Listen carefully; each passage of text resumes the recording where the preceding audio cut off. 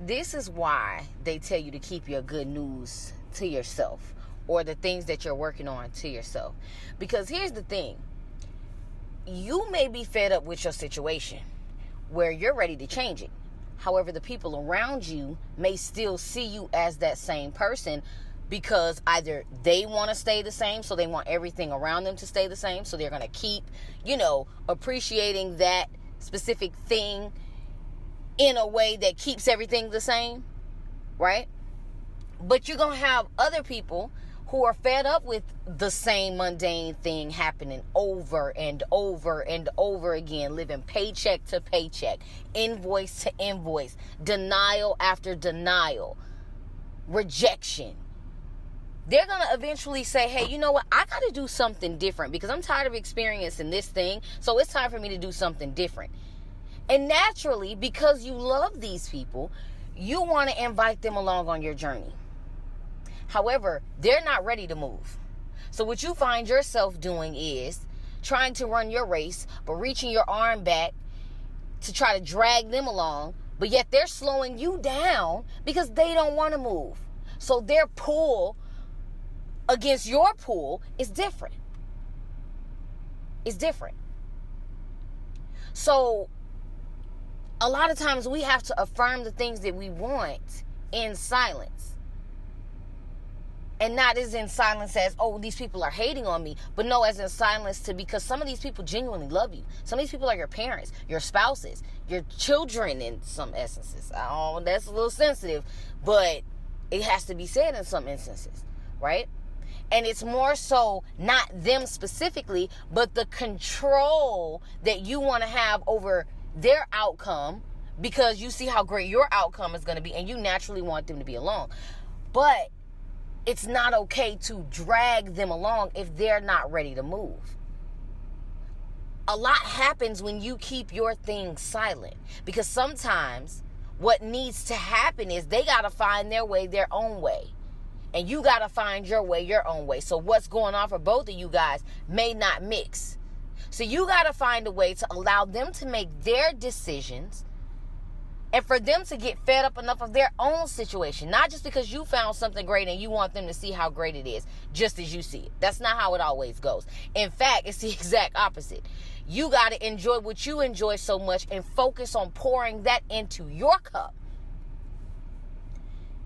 It's not because they hating on you. These people can genuinely love you and want the best for you, but their best may not be God's best. So you got to go the other way.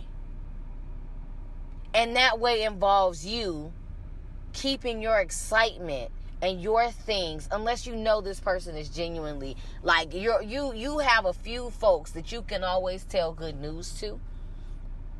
And they're going to amplify that energy. They're going to help you strategize. Y'all going to figure it out together. Y'all going to literally go to the top with each other. Y'all going to go that way. And of course, I understand you want to tell those, but I want you to find that power in keeping your excitement and your things to yourself to protect that vision. Because here's the thing that happens. You say, oh, I'm great, I can do this. You go to start talking to someone else. Hey, man, we can do this. They don't have the same level of excitement for you.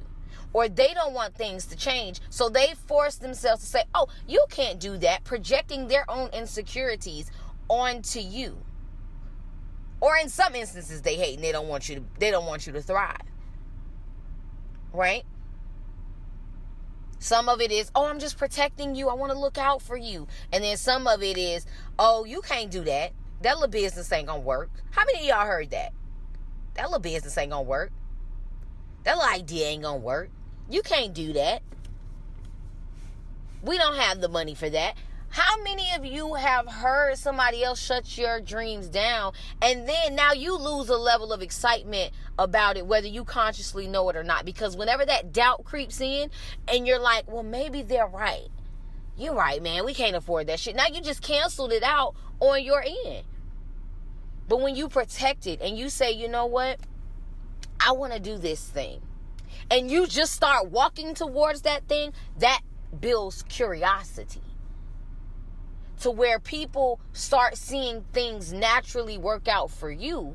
So then they then get inquisitive and say, well, how are you making this thing work? You come from the same neighborhood that I came from.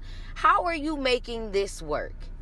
And then you bring them along the path of self-discovery and making decisions for themselves based on what they want to do by keeping it silent, keeping it to themselves, and acting on it within a certain light. Now, they say, well, Brittany, especially if I got a big vision, what if what I got to do involves other people? Like, how do I know? Listen, when you keeping it to yourself, and you're protecting that vision, in a lot of instances, you'll just be placed in rooms. But you got to hear how you get to those rooms.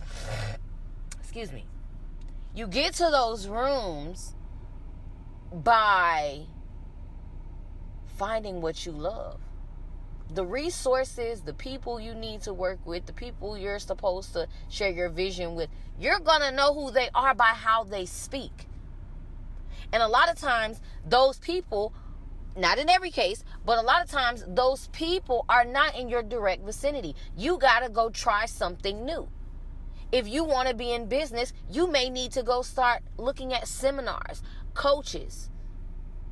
Because if you want to excel in business, I'm sorry, but you're going to have to get somebody to shorten your learning curve, shorten your mistake curve, and get you the best results. So you're going to want a coach. I'm a coach. If you want to go in the culinary space, well, guess what? You're going to have to start watching some videos on YouTube, TikTok, getting inspiration, and then finding where the culinary schools may be in your neighborhood. If you want to go get into art, you may need to start visiting, art shops, whether you're purchasing something or not at that moment, looking at what type of artist you'd like to be. What would you like to be known for? What is your differentiator? But you can't get that based on someone else's opinion or version of you, because if you're always evolving, you're going to be up to date with the latest and greatest of information. While other people may want to still have a image or an older image or older energy of you. But just because they have that does not mean that you have to subscribe to that. So keeping your vision to yourself protects you the most. It protects you the most. Because now you don't have anyone else's doubt and projections of how far they think they could go. So they're going to pin that same thing whether they love you or not. They're going to see the best for you in that situation as far as they can see it. But sometimes your vision is taking you further. So by keeping your stuff to yourself and making little code words like, hey, I know that when this word comes up in conversation, I know that's someone that I'm going to want to take it there with. I'm going to fill out their energy. I'm going to fill out how they're making me feel. Because a lot of times we're not listening to our internal signal. You want God to come sit down here on a bench and say, hey, don't do that. Hey, don't talk to that person. Hey, don't take that opportunity. But that's not how it goes. It actually happens with a frequency in our body when we are in an uncomfortable situation or with someone that is not making us feel the greatest. We know that that's not somebody that we want to do business with. We know that that's somebody we don't want to include in our plans. If you hear them talking about, your little business and that ain't going to work, and that feeling comes up and it makes you feel like, child, I don't know, I ain't listening to them. Why they so negative? If you find yourself asking those questions, your internal system has let you know that this is a person that you don't want to share your goals with. Doesn't matter how much you love them. This is not a flesh thing. This is a spiritual thing. And sometimes when someone feels your spirit detaching from theirs and going in its own light, they are not ready for that if they don't want to make change themselves. But if they want to make change themselves, you'll see them start to do the things that you do. Meaning, oh man, I just read this book. Oh man, I just listened to this audiobook. You'll hear them talking about the same thing that you're talking about. Hey man, I'm looking to do some inner work on myself. What are some things that you suggest? I see that you're doing amazing at what you're doing, at your healing journey. I wanted to get some advice from you. Oh, okay. Listen, I don't know if these books will do anything for you, but hopefully it leads you to the next book. Or, hey, I don't know if this will work for you, but here's the approach that I take by it.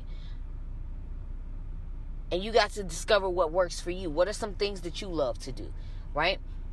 And then it gives you that chance to take a lead and grow with that person. I still have friends that I grow with. We have conversations for about 7 hours, but we're working at the same time because we're pouring into each other. We're doing the inner work. We're not gossiping. We're not talking about who fighting. We're not fighting each other. We're loving each other. We're pouring into each other. And it's not boring because we can laugh, live, love, and talk about the things that we love with no filter. With no filter. So I say this to say, keeping things to yourself creates a sacred relationship that you have with yourself and the desires of your heart. It allows for only your thoughts to be the prominent thoughts, your feelings to be the prominent feelings, your vision to fully see itself through.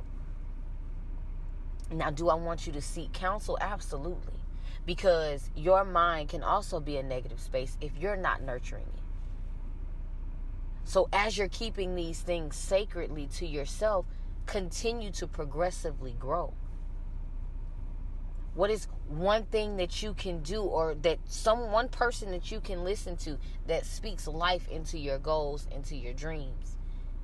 Who is that person? For me, that's Abraham Hicks.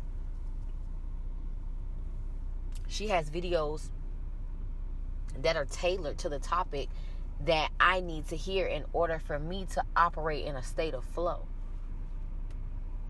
To be able to get up and handle a full course load of a feeling, I'll say that, a feeling course load of being in school, having a full-time business, still being a woman who pours into herself and values the investment of self-care and self-love and personal development. I'll go to these different conferences. I'm still learning. All of those different things, all the different components and layers to who I am and what I have, that takes some inner work. So who do I have pouring into me? Because I do have to have someone pouring into me, right? I got to have content pouring into me. So that consists of Abraham Hicks, listening to her tailored videos based on the emotions that I may be experiencing during this human experience. Maybe sadness, frustration, anxiousness, right? Being able to be maneuvered out of that space with ease and flow. Am I getting in my movement? Am I taking some time outside?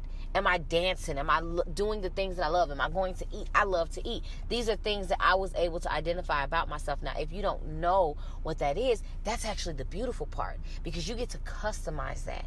I remember being in that space where I was like, you know what? I don't know what I like. I don't know what I like. I am growing into this person. I know my old interests, but my old interests, partying, and it's okay if you do. But for me, it was no longer that lifestyle. So I said, okay, well, I got to get to doing something else. I got to get somewhere else. Well, I had to discover who I was. I started practicing meditation. I was like, oh, I like this.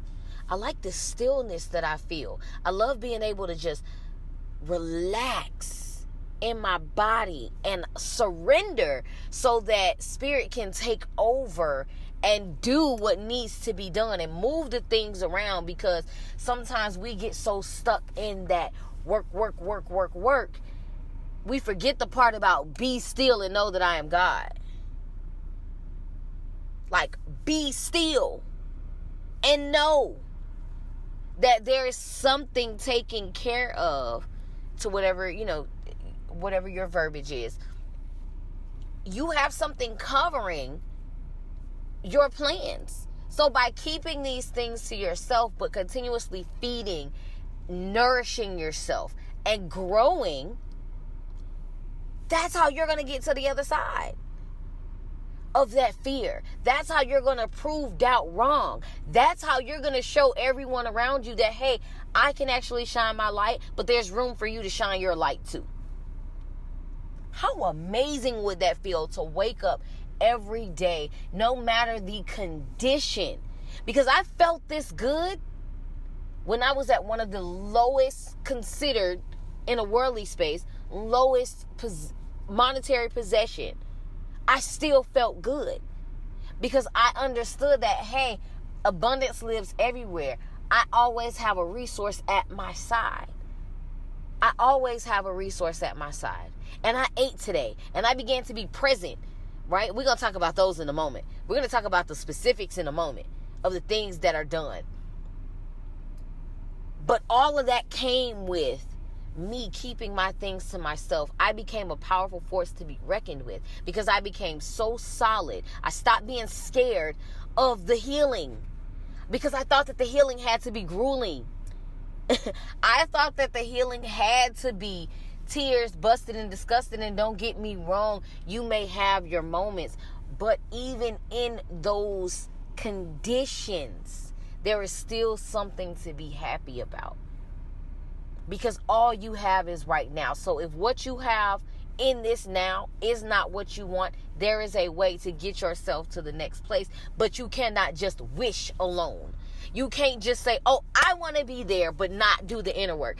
And the work is, you can't say that I want these things, but still doubt. Still curse your dreams and call it small. Say it's impossible. Talk about what you can't do. Talk about what you can't afford. That's what's making the healing journey so grueling.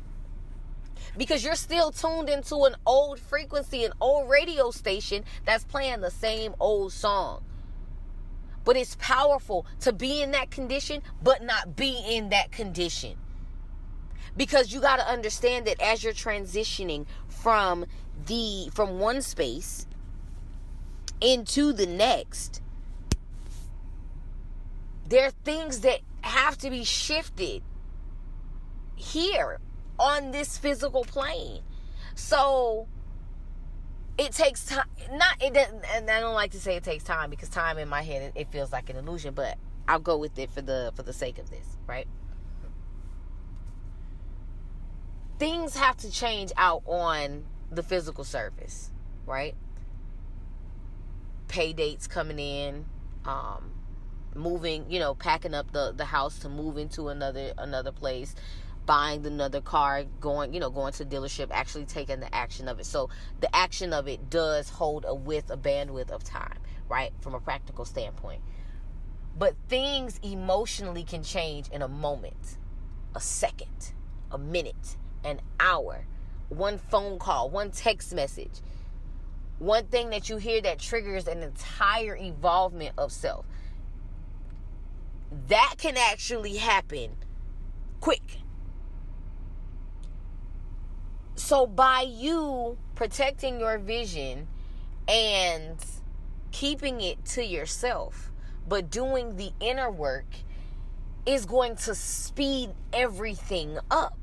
And it takes the grueling part of healing out of it. Because now you're not focused on the condition. Because if you continue to focus on that negative condition, it's going to keep creating more negative conditions for you to focus on. Because you're going to feel like, oh man, it's always something. But you're saying that with a negative energy versus, oh, it is always something.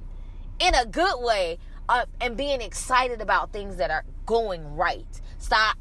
We got to stop focusing on what's not going right and interpret the data. Because if we do something different and everything in our paradigm starts to shift and we're aware of that difference, that changes it. That changes the game. But when you incorporate other energies who may still be doubtful, when you're transitioning from a space of lack to prosperous, you got to understand that's going to be you're going to consider brainwashing yourself with positive information, positive conditions, and what it takes to alter your mindset. So you got to stay away from those folks who are still singing that song. So by staying away from those people who are still singing that song, while you may love them, while you may enjoy them, you got to protect your vision. So you can't tell everything in its beginning stages, especially when you're coming out of doubt yourself, when you're fighting your own thoughts of failures and how you've interpreted them in the past. When you're working against those things yourself, you don't need someone else coming in, because it's going to amplify that energy. So by keeping it to yourself protects your vision, allowing you to catapult it even further. So I hope that makes sense. And it takes, again, just these things. This is what I do. And it's fun for me. I found my flow. My flow is, and it may not be your flow, my flow is, hey, I enjoy being out in nature. I love the wind. I love the water. I love being in beautiful spaces. I love seeing beautiful greenery and scenery. That's my thing. So I'm going to make sure that I do that. So you got to do the physical thing that you love that refuels your body.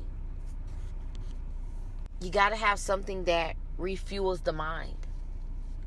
What are you listening to? What podcasts are you listening to? What subjects are they talking about? Do you feel anxious and frustrated after listening to it? Or do you feel excited, empowered, in love, and bliss after you listen to it? What are you eating? What are you drinking? How does that thing make you feel? Does it make you feel tired and extra sluggish, or do you feel energized? I'm not just telling you to, go vegan. No, I'm telling you to find what works for you, but make sure that it makes you feel good. Because feeling good is the secret. No matter the condition. Do you still have everything that you require? Is there a way that you can make things can happen for you? Because see, by being calm and having that solid energy allows for the answers to come into you. It allows the answers to come into you. Because the ship can only come in through calm seas. It can only come in through calm seas. But if the water is rafty with doubt, with fear, with frustration, with anger, with resentment, ongoing, not just, hey, you have your moment, you journal it out, and you're back, and you do, you're realigned. No, I mean, like, what are you holding on to from years ago that's gotta go? That has to be forgiven. Meaning you don't have to accept them and accept the situation back into your life, but you can forgive the hold that it has on you that's holding you back from where you need to go. You trying to carry the new things that you're learning and the old things, it doesn't work that way. It's a level of exchange. So as you're going through this exchange period, it doesn't have to be lonely. It doesn't have to be lonely. By keeping things to yourself, you keep the vision sacred. A sacred relationship. You're then aligned with the resources. As long as you're doing the work, the inner work, right? Becoming the best version of yourself. Becoming who that person needs to be in order to handle those goals. If you're doing that, the resources and everything that you're going to need, that it's going to require to see that goal through, is going to be at your fingertips. It's going to be at your fingertips because you're the person that it needs to be. But if you're not doing that inner work, you're going to be listening to your own fears and doubts. You got to drain those old things out, because quite frankly, all of those fears and doubts that you may feel right now are because of someone else, of what someone else feared, and then you then took on that fear. Or what someone else was anxious about, and then you took on that anxiousness. So by being able to decipher and begin to hear your own voice, being able to discover what your own voice is, because those fears, you may not feel those fears anymore. You may be curious about trying something lately, but it's something that somebody done said that's stopping you from doing it. And you might want to listen to the voice that's telling you what you want to do, because it's leading you to where you're supposed to be. Not what is stopping you. So, them resources will come to you. And as those resources come to you, you just keep repeating that cycle of, all right, I want something, let me walk towards it. I want something, let me walk towards it. I want something, let me walk towards it. You begin blindly walking towards faith, and things just continue working itself out for you. It always does. It always does.